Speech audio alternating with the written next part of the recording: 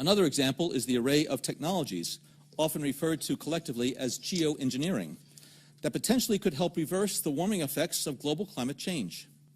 One that has gained my personal attention is stratospheric aerosol injection, or SAI, a method of seeding the stratosphere with particles that can help reflect the sun's heat in much the same way that volcanic eruptions do.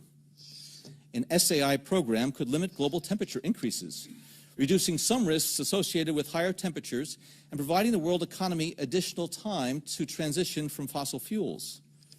This process is also relatively inexpensive. The National Research Council estimates that a fully deployed SAI program would cost about $10 billion yearly.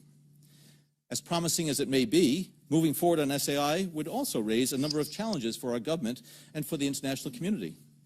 On the technical side, greenhouse gas emission reductions would still have to accompany SAI to address other climate change effects, such as ocean acidification, because SAI alone would not remove greenhouse gases from the atmosphere.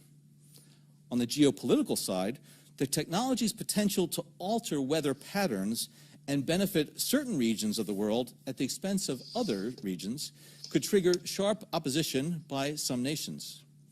Others might seize on SAI's benefits and back away from their commitment to carbon dioxide reductions.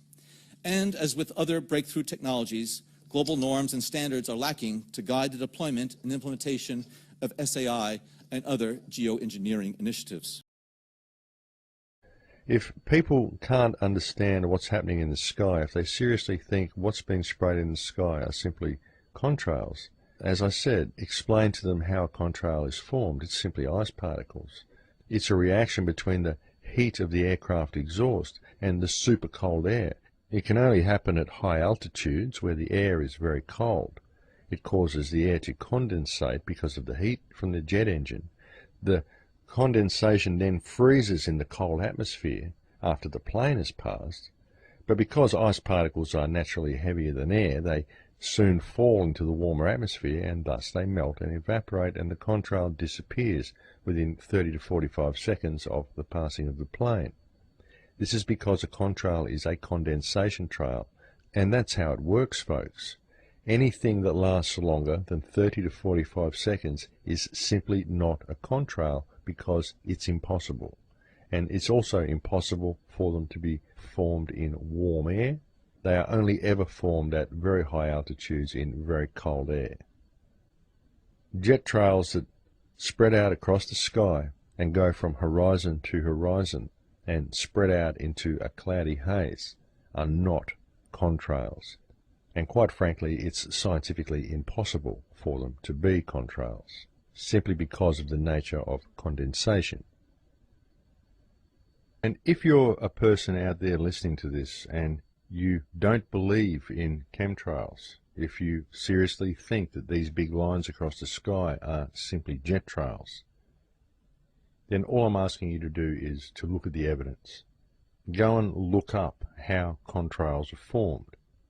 Go and ask a pilot how they're formed. I got my information from my father, who was a senior operations commander at an airport here in Australia. He told me all about how contrails were formed when I was a child, because it was so rare to see one. And when we would see them, I'd get quite excited, and he would tell me how they were formed. And he told me quite often about contrails. Told me about the nature of clouds, about different atmospheric conditions, because that's what he did. That's what my father was. And so I had a vague interest in all of this stuff simply because that's what my dad did. So all I'm asking is for you to go and research the formation of contrails, and go and research chemtrails. Go and look at some soil samples and water samples that have been collected from places around the world that show exorbitantly high amounts of aluminium, and ask yourself where this aluminium is coming from. Understand that aluminium causes things such as Alzheimer's disease. It inhibits brain function. It lowers cognitive function. It's very, very damaging.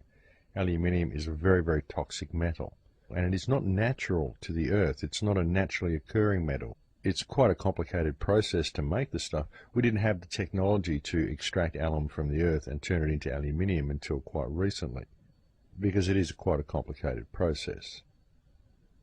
So just go and look at this stuff, because this is a serious issue. It's really time for the people of the world to act.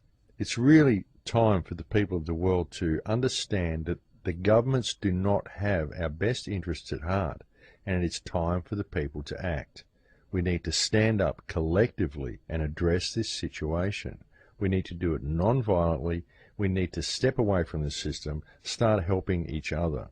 When we see families getting arrested by criminal organisations such as the FDA because of some trumped-up legislation some sociopath has written on a piece of paper somewhere, we need to stand up and address this, folks.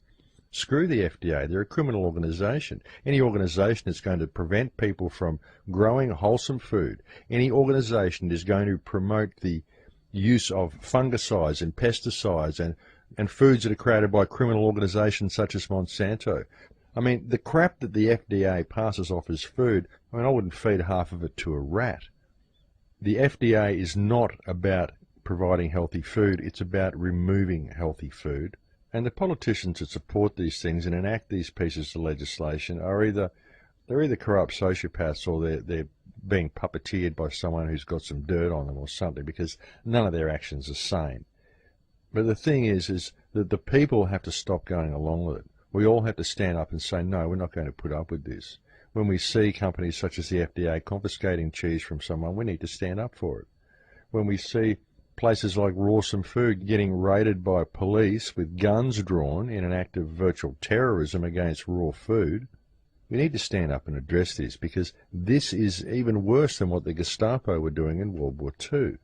And I thought this is what we fought World War II to prevent ever happening in our societies. And yet here it is.